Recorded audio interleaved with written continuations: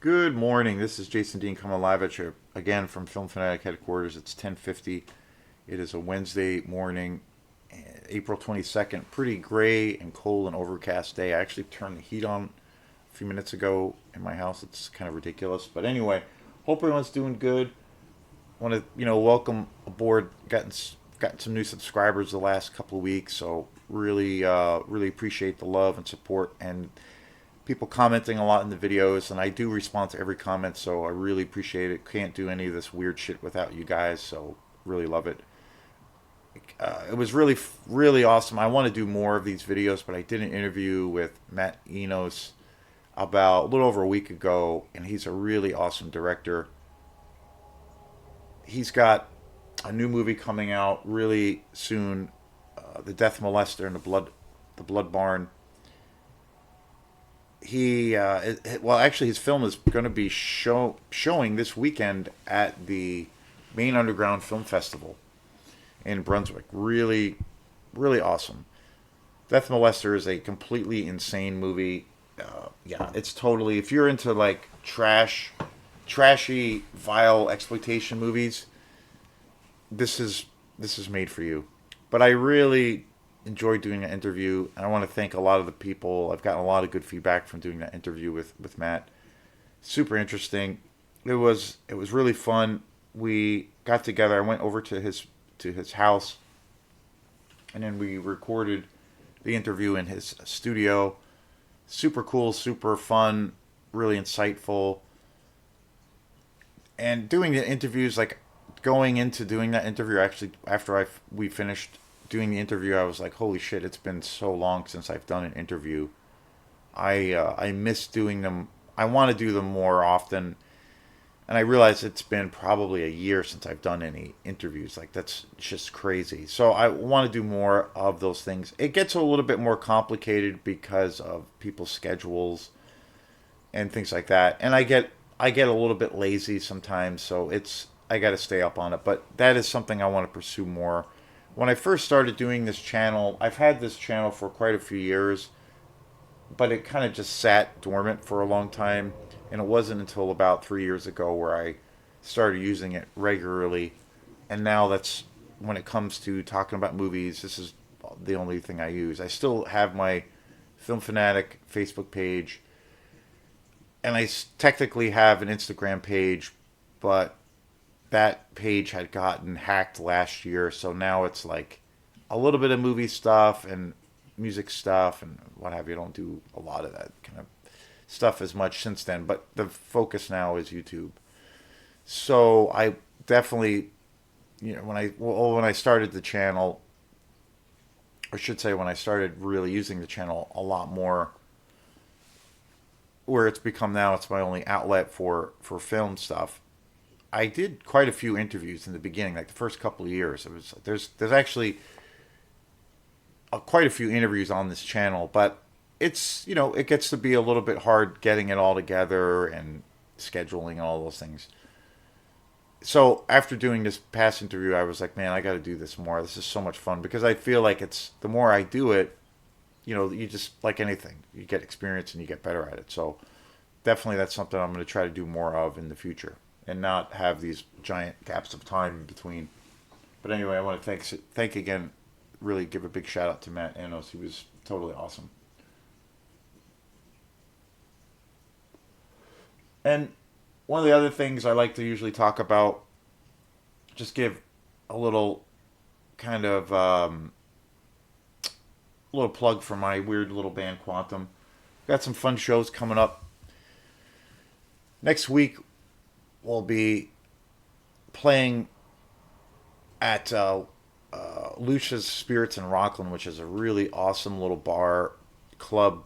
It's not really a club, it's more of a bar, but it's a really cool spot. And we're going to be playing there with a bunch of really cool bands. So Over It from Rhode Island, which is a really awesome band. I'm really excited about that. Also have a show next week with Osmia at the Ephodian in Portland, which is a really cool venue as well. Played there once, and I saw some bands there, but really cool venue. We're going to be playing with some really cool bands there next week. And then we have a private party that we're going to be doing, which is going to be a trip. I think should be really fun. Quantum show for it's going to be a private party, and it's actually going to be held at Opera House Video, which I think is hilarious and great. So so yeah, there's some things coming up that are pretty exciting. We're going to be doing a show later this summer at Hey Sailor, which I'm really excited about, and that's going to be with Travis Lloyd, who is such an amazing local artist. I did a show. We did a show with both of our electronic groups around Christmas time last year, and that was such a great time. We're also going to be playing at the Belfast Common, which is kind of a newer-ish venue or so, which I'm excited about. Also going to be playing at the Camden Library coming up, which is a gig that for Quantum is a gig we've been doing for almost 10 years. Like almost every pretty much every year we always do it. So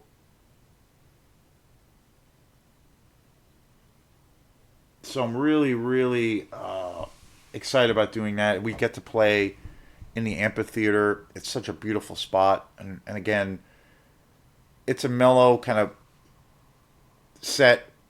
Although we play outside, weather permitting, but I'm really looking forward to it. It's a gig we've done every year for since the inception of the band. Basically, we do it every summer, so that's coming up. And then we got another gig at which is another venue actually we've played at for a long time. We usually play there every summer.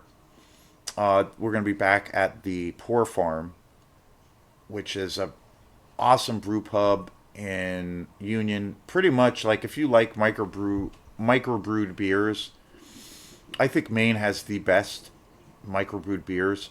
But the Poor Farm, and there's so many great places if you like good beer in Maine, especially in Mid Coast. Poor Farm is my favorite. So we'll be doing another Quantum show there again this summer, which I'm really excited about. So, and then we have another show coming up after that, which is going to be at Auspicious Brew, which is in New Hampshire. Really cool venue. Played there once with Osmia. So yeah, looking forward to these shows very much. Still working on some other things coming up here and there. And the other big thing around it is these shows are going to be just me. Mike Whitehead has left the band, who's been playing in Quantum for since the inception, pretty much for 10 years. And I have in the past done, during those 10 years, I've done like a handful of shows, maybe 4 shows or so, where it's just been me.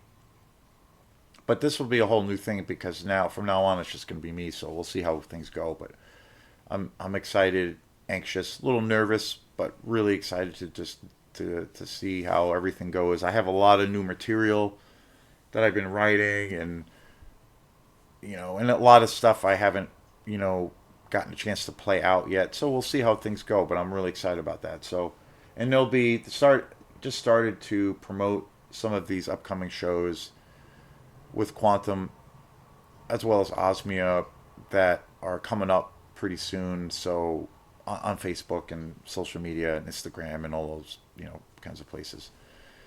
So yeah, so this video is going to be a start of a kind of a brand new series for this channel.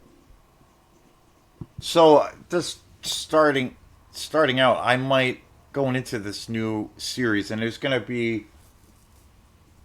will be kind of an ongoing series of some new movies and talking about movies that in a way that I haven't really done before. So it's going to be kind of a new side little series. I'm always thinking of kind of new ideas or new angles on how to talk about movies or whatever. But I will say before I get into it, I could see people seeing this video and being like, "Wow, you're kind of a hypocrite," and because of all of the things that I've said, where I can't understand the hype around this thing coming back, and because I've always criticized it for being just crappy quality, and it's pure this kind of new interest in it as being just purely nostalgia based, which I do still think it is, and I do still think the quality is is crap. But needless to say, recently I just well actually I've had it for a really long for actually over a year. But about a year ago, Opera House Video, which I always talk about, one of my homes away from home, the only working and opened video store in the entire state of Maine. They do these open house, street sales, yard sales, if you want to call it that. They do them around summertime. They do them once in a while, maybe once a year or so, where they sell a bunch of movies really cheap because they have so much stuff that they don't have room for. Dennis Howard, the owner, he acquires so many movies, tons of DVDs, pretty good amount of Blu-rays, lots of VHS, that they run out of room. So what he tries to do is have these big sales, and I've gotten a shit ton of movies through these sales. Yeah, ton of great movies, really great. A lot of DVDs, some good Blu-rays, but mostly DVDs. And one last year when he had one of these sales, one of the things that they were selling, which I kind of couldn't believe was actually wasn't even selling, he was giving it away, was a DVD player slash VHS player. And it looked like it was never used. Perfect condition, the whole thing. So I grabbed it. And it was, I had gotten to this sale that he was having this, and it was like in the summertime. And it was literally, I got to the store, got to Opera House Video, and it was literally just sitting there. I guess they had just put it out or something. And I was like, what is that? That's a VCR slash DVD player, and it looked like it was in perfect condition. It looked kind of oddly brand new. And Dennis said, "Yeah, we're just giving it away." And I was like, "Oh, okay." So I literally just grabbed it. As soon as he put it down, I grabbed it and I threw it in my car. And I completely forgot that I even had it. And then I ended up like taking it out of my car eventually or something, and I put it in a basement of my house. And it just sat there for like almost a year. So yesterday I hooked it up and it works awesome. Now I have a working VCR player, which is hilarious. I have a shit ton of VHS, or I should say, I have a working VHS player now. I have a ton of VHS tapes that I have gotten over the years. So last night I watched like 4 VHS tapes. It was hilarious and it was kind of awesome. Again, I still think VHS quality sucks, but these tapes that I have are actually in pretty good condition. The TV I have is pretty good, and this VHS player is like brand new. It's crazy. I don't even think it was used. It's in perfect condition. So the quality isn't terrible. But I was like, fuck it. I'm going to go through some of these tapes. I even found some VHS tapes that I hadn't seen in years. So I watched some VHS tapes last night, saw some awesome movies. So this is going to be part of a new series for the channel. And I'm going to call it the Film Fanatic VHS Corner. And I'm just going to be talking about doing reviews on these VHS tapes that I've been watching. So yeah. And I acquired, like, I've always had VHS tapes here and there. Again, I grew up in the VHS era in the 80s. That was like my formative years. My earliest recollection was Beta. Beta had just kind of died, and VHS came to be a thing and kind of took over. And VHS has a huge, a huge tie-in or with, well, especially the world of low budget films and exploitation movies, horror films, Italian horror films, really has a big thing. It's a big tie-in with that whole universe. In the 70s, there was at one point, we had the 70s and 80s, we had the drive-in movie theaters. We had the Grindhouse. the decade of the grindhouse cinema, which is, you know, just amazing. And I really wish I could have experienced that time. I even brought this up in the Matt Enos interview was, where if I had a time machine, one of the places that I would go, probably the first place that I would go if I had access to it, like a time machine, would be to go to New York City and go to the Grindhouse, the then Grindhouse cinemas in like the mid to late '70s to the early to mid '80s in New York City, and to experience that fucking sleazy world. That would be the first place I would go.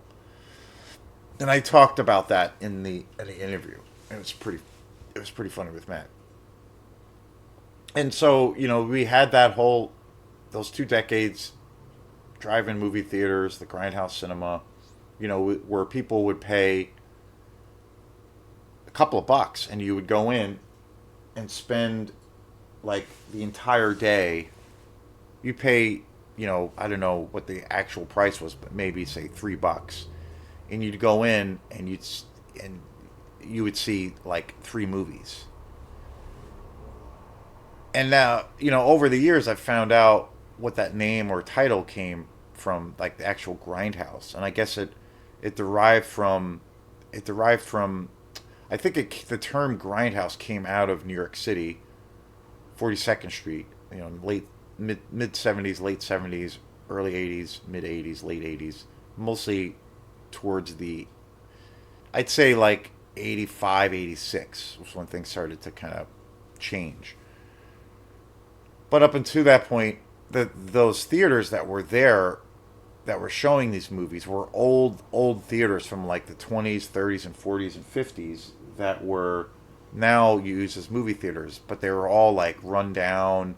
They were really beautiful theaters, but they never were kept up as far as like the maintenance, but they were made into movie theaters. So they were like really beautiful, and these great, beautiful architecture and all these things. But the theaters themselves were like really dingy. But they would show all of these Grindhouse movies, show all these movies, and a lot of these theaters were huge. So they could hold hundreds of people. And the term Grindhouse came from where they would grind out the movies, like literally just show one movie after another. Like you could pay a really cheap fee and go in and see 3 or 4 movies, and they would just constantly grind out the movies and just constantly show movies. And that's where the term Grindhouse came from, which I thought was like, oh wow, that's really cool. And I believe it was something. It really came out of New York at that time, like for especially 42nd Street. So that was a thing. And then, in England, there was, when Margaret Thatcher was, I believe, the prime minister, she started this conservative organization in England called the Video Nasties, which was this board of these ultra kind of right wing conservatives, and they basically attacked cinema and attacked all things horror. So they created this list of where they enacted censorship, and they basically seized all products, all movies that were what they, for them, what they felt was vile and reprehensible material. And they felt that all of these sleazy exploitation movies, horror films, were, you know, leading kids to becoming serial killers and promoting rape. And these movies that they promoted the rape of women, drug use, antisocial behavior, you know, promoted murder, all of these things. Completely insane.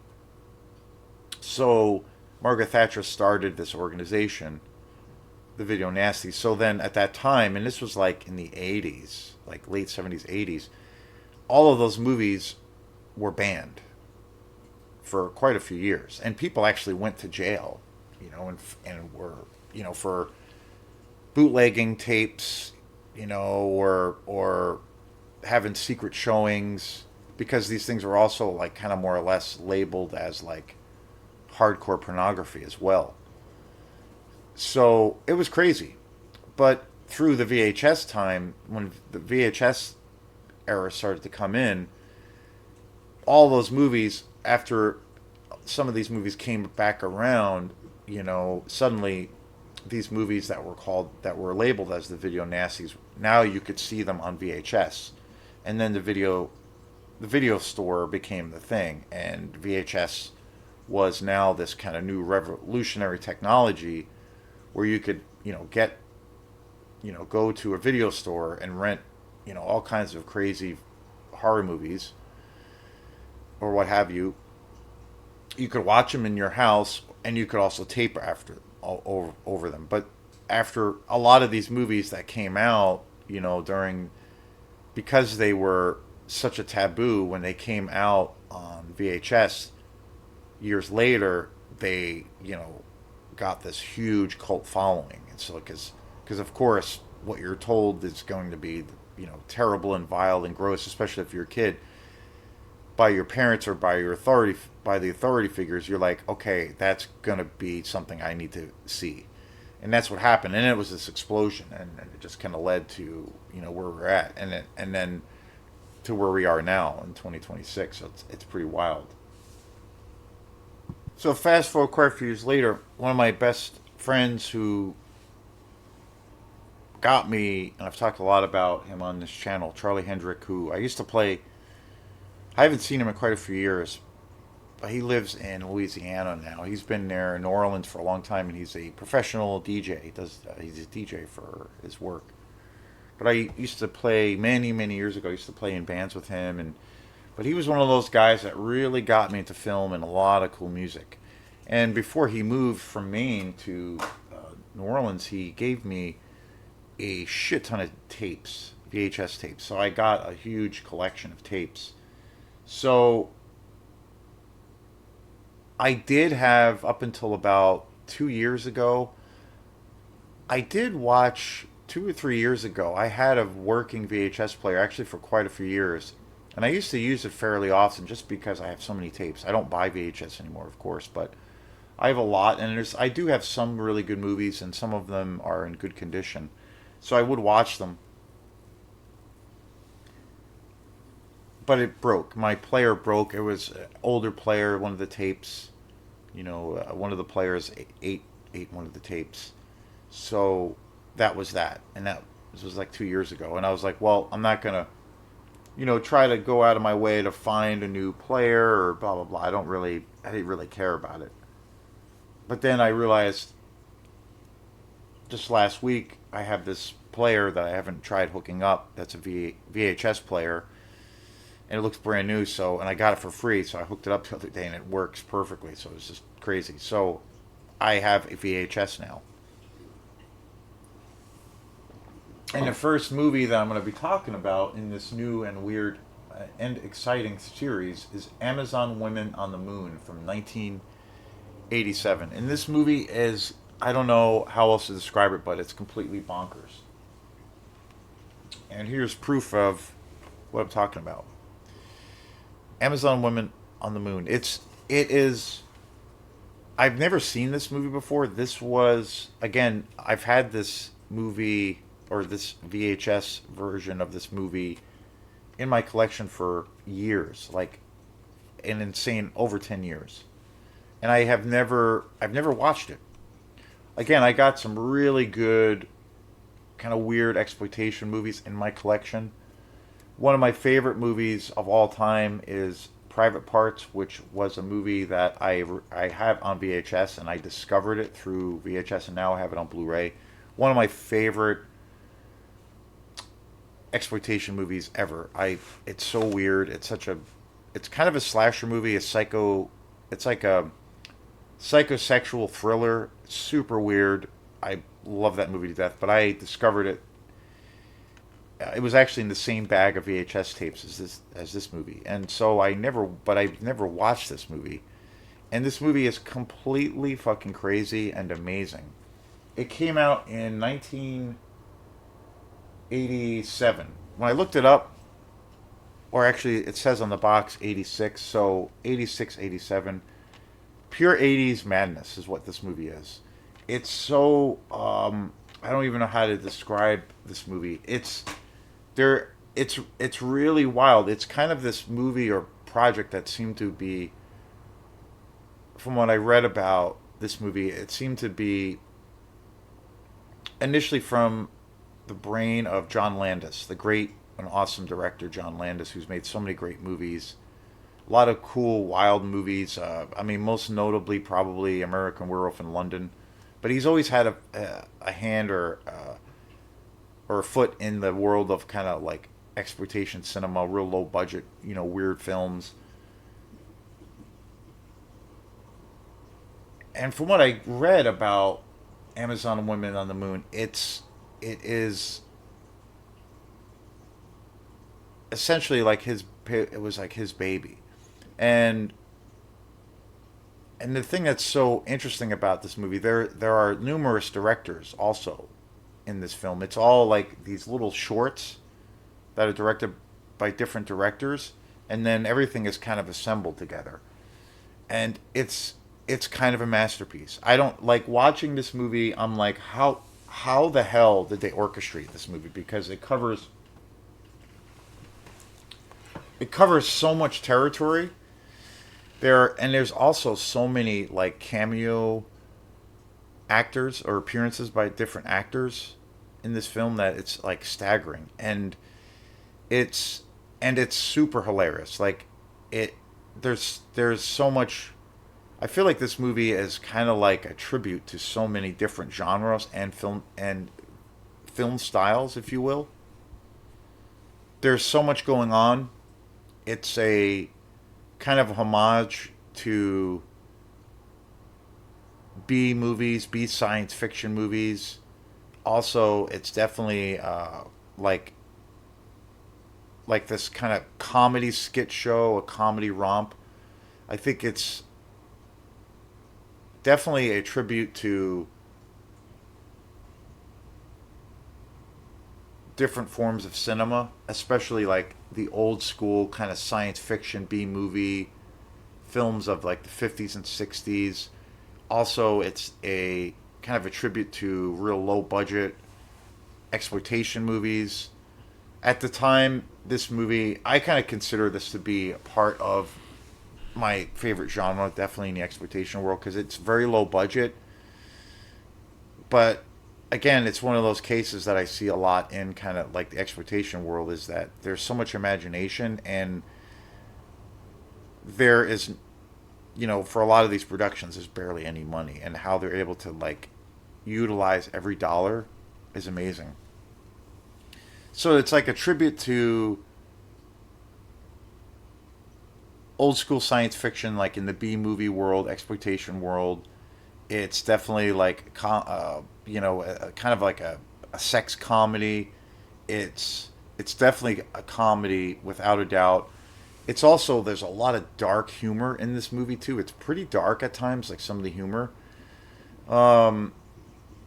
And there's a lot of social commentary. It talks a lot about, like, considering this movie came out in '86 is insane, insane. So it's so prophetic and so ahead of its time, because it really talks about, not only does it like kind of pay homage to all of these other genres, science fiction, exploitation movies, sex comedies, all these things, and then but it's also kind of holds up a mirror like to society at that time, and just now. I would say now too, in 2026. This came out in '86, but it talks a lot about like the which is insane, because this is like how we are now, but it really talks a lot about how the power of television, how we interact with media, technology, how you know it seems now that, or or then, that they play a lot on the idea that like generations that are coming about have like no attention span for anything. So they kind of like poke fun at that. There's a lot of social commentary on kind of consumerism. It's unbelievable. Like it's something, yeah, it's so unbelievable how. And the thing that's so amazing about this movie, again, I've never seen this movie. I've looked at it. I've had it in my collection forever. And I would definitely love to get this on Blu-ray because I would really, really love to know how this movie was put together. Because literally the amount, and I'm going to get into it in a few minutes, but the amount of different directors in this on this project is staggering, and the amount of different actors from so many different areas, and how they how they incorporate so many different genres of films, like, and just the how funny this movie is, but then it also has a lot of like heavy kind of social commentary, and how ahead of its time this movie is. Like it's insane. It's total like this movie could have come out now and it would have been just as relevant. And it's also at the end of the day, it's also like pure '80s cheese, which that's all I need to be a happy man. So it's got all of these things, and it's got a lot of great comedy, but it also is kind of dark. There's a few scenes and a few things that happen in the film where there's a lot of like heavy black or dark comedy that's just wild and hilarious, like super funny. And the cast that was brought into this movie is just staggering. It's wild, and you see a lot of these actors and comedians and people that are kind of iconic and have been part of like American culture for as long as I can remember. And you see them in these like different situations, and they're they are definitely like taking a chance, throwing some caution to the wind, because this movie is pretty wild. It's totally gonzo. It's totally insane as well. It's unbelievable. I've never really seen a movie quite this way, quite like this, just because of how so many people are involved, where you have different directors, and just how the hell were they able to orchestrate this and tie it together, because it all makes sense. There's all these like fake kind of commercials throughout. There's like, because it's a total critique of like TV culture and media culture and how people interact with it and all of these things. So there's like a series of of these like fake kind of news ads, like a mockumentary kind of a thing, staged with set pieces and acting and storylines. And it just like cuts from one thing to the next. Like the editing for this is completely insane. Completely insane. So looking this movie up, looking up Amazon Women on the Moon. Again, this was my first time seeing it. It's completely fucking crazy. Amazon Women on the Moon from 1987 is a sketch comedy film that parodies late night television, low budget science fiction, and sitcoms, framed by a fictional 1950s science fiction movie called Amazon Women on the Moon. Directed by a team including Joe Dante, which is crazy. Joe Dante directed my favorite werewolf movie of all time, The Howling. He's made so many amazing films. He did Gremlins as well. So, directed by a team including Joe Dante, John Landis, it features an ensemble cast with Michelle Pfeiffer, Rosanna Arquette, Arsenio Hall is in this, he's got, Arsenio Hall is in like the first opening sequence, and it's just brilliant and amazing, funny, and just crazy. And I've never seen Arsenio Hall in this kind of context before, which is wild. And Carrie Fisher is also in this, Princess Leia, which is it's just wild. Among many others in a series of unrelated humorous sketches. The film is known for its satirical take on pop culture and its star-studded cast. There's actually a scene too where there's a segment where again you kind of have to. I feel like this movie is like more of an experience. You have to kind of like see it for yourself. It's really hard to describe. But there's even a scene of where you know where they kind of critique this thing of like where the powers that be say like white men, rich white men, or where they are executives. This was a thing where Arsenio Hall, for instance, talked a lot about because I grew up watching the Arsenio Hall show, and he just I guess just put out a book recently, and he was one of the biggest, if not the biggest, talk show host of his time, and he retired. He just kind of moved on from doing the show for so long.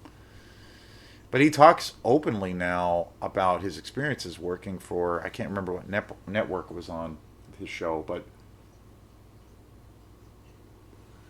he talks openly about all the pressure he was under from the executives of his show, all of the big dogs, on how who were all very wealthy white people, and he was a black man, an African American man who this was all like new territory. This had never happened in history before, where an African American man can be the biggest became the biggest talk show host in history.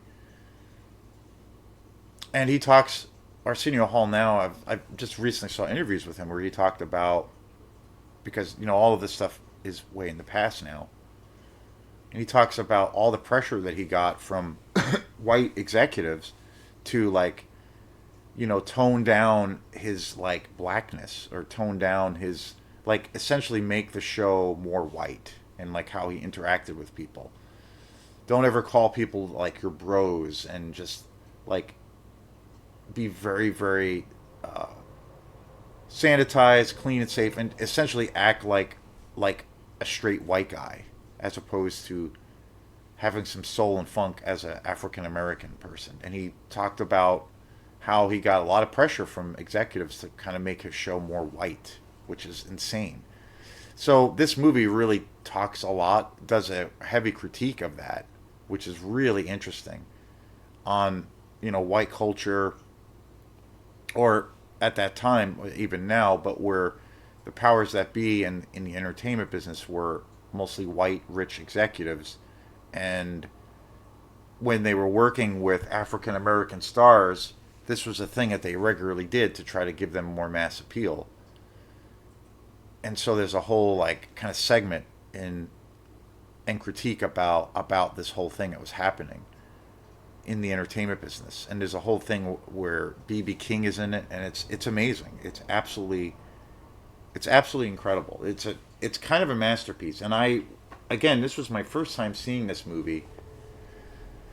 I would really love to get this on Blu-ray, and especially a Blu-ray that has a big giant special features component to it, because I am just amazed on how they put this together. In the description, it does say that the sketches, because it is like kind of a sketch comedy show, but it is a movie, and it's really like the pacing of the movie is really it's really fast paced. So there's a lot of stuff moving.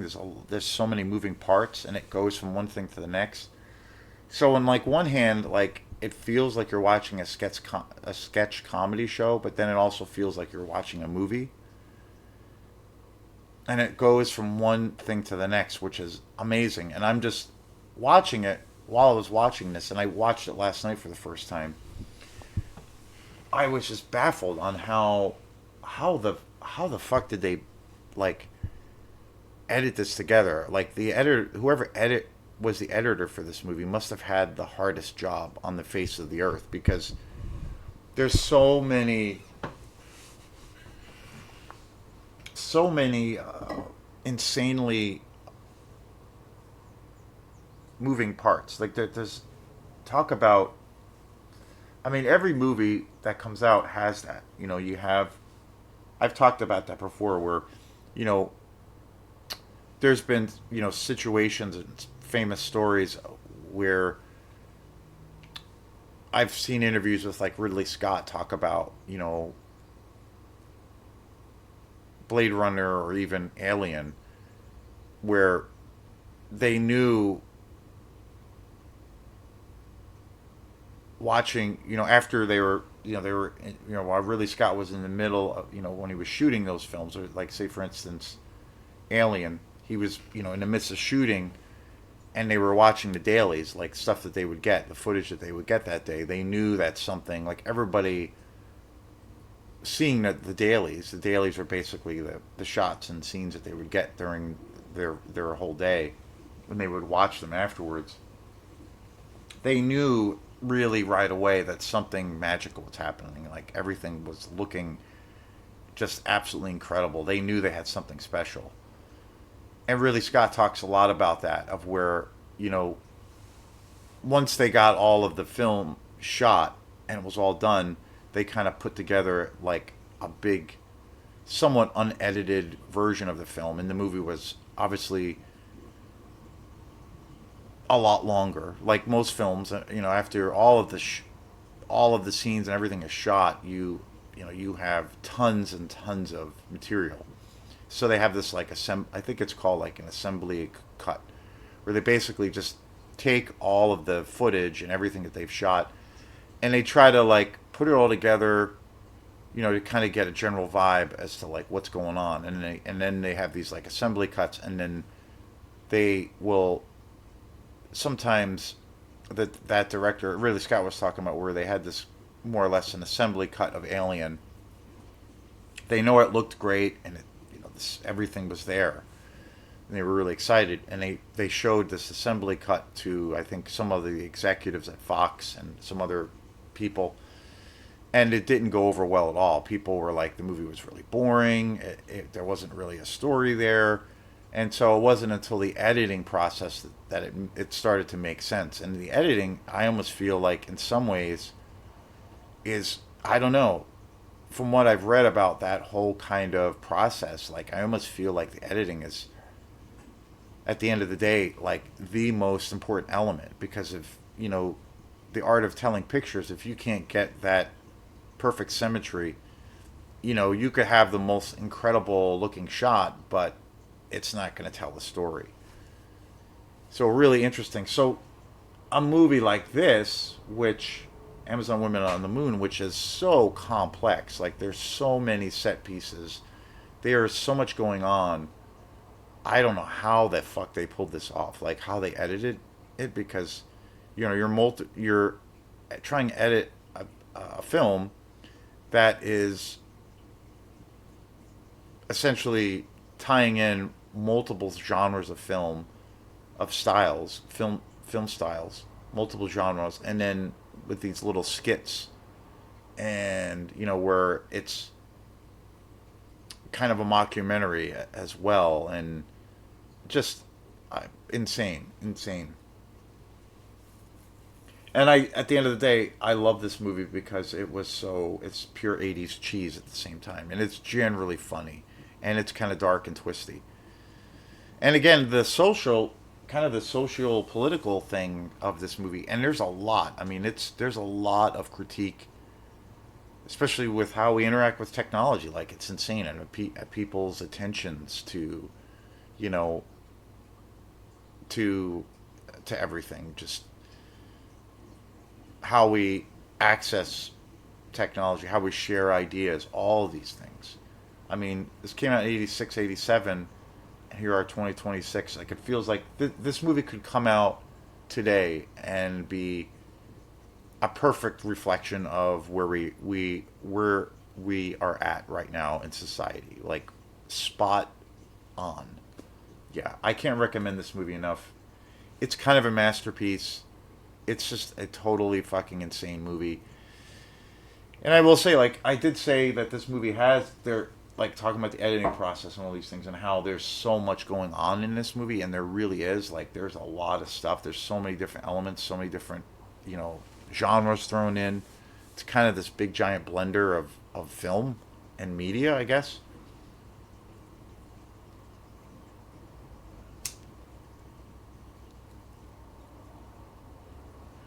which you could say, and that it has happened with films that are really ambitious that do try to tackle a lot of things, a lot of different, blending a bunch of multiple genres together, all these different things. And it can be, when that happens, sometimes that can be exhausting and overwhelming, and you get fatigued because it's just too much to take in. This movie, I felt like I never felt fatigued. I never felt like it was exhausting. Everything had purpose and meaning. It was really engaging and super entertaining, and it had a great balance of like serious and the comical and the satirical. I mean, just everything. But I never felt exhausted. It was like perfectly a perfect blend of all of those things, and I'm just like, I was baffled by how the hell did they put this together? Yeah, it's an incredible film. I didn't know what to expect. I didn't know it was like this too. I thought this movie, because you look at the cover, I kind of felt like, okay, this is going to be like a straight up science fiction B movie exploitation movie. But that's only, it is that, definitely. But that's only like maybe 30%, maybe less. That's only one component of this movie.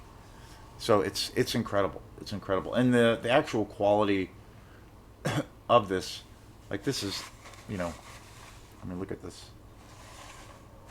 It's pretty good quality. I don't think this was really watched all that much by Charlie or whoever else owned it before I got it, but it's actually really good quality. But I definitely would love to get an upgrade for this movie because it's kind of a masterpiece. So, yeah, thanks again. Peace.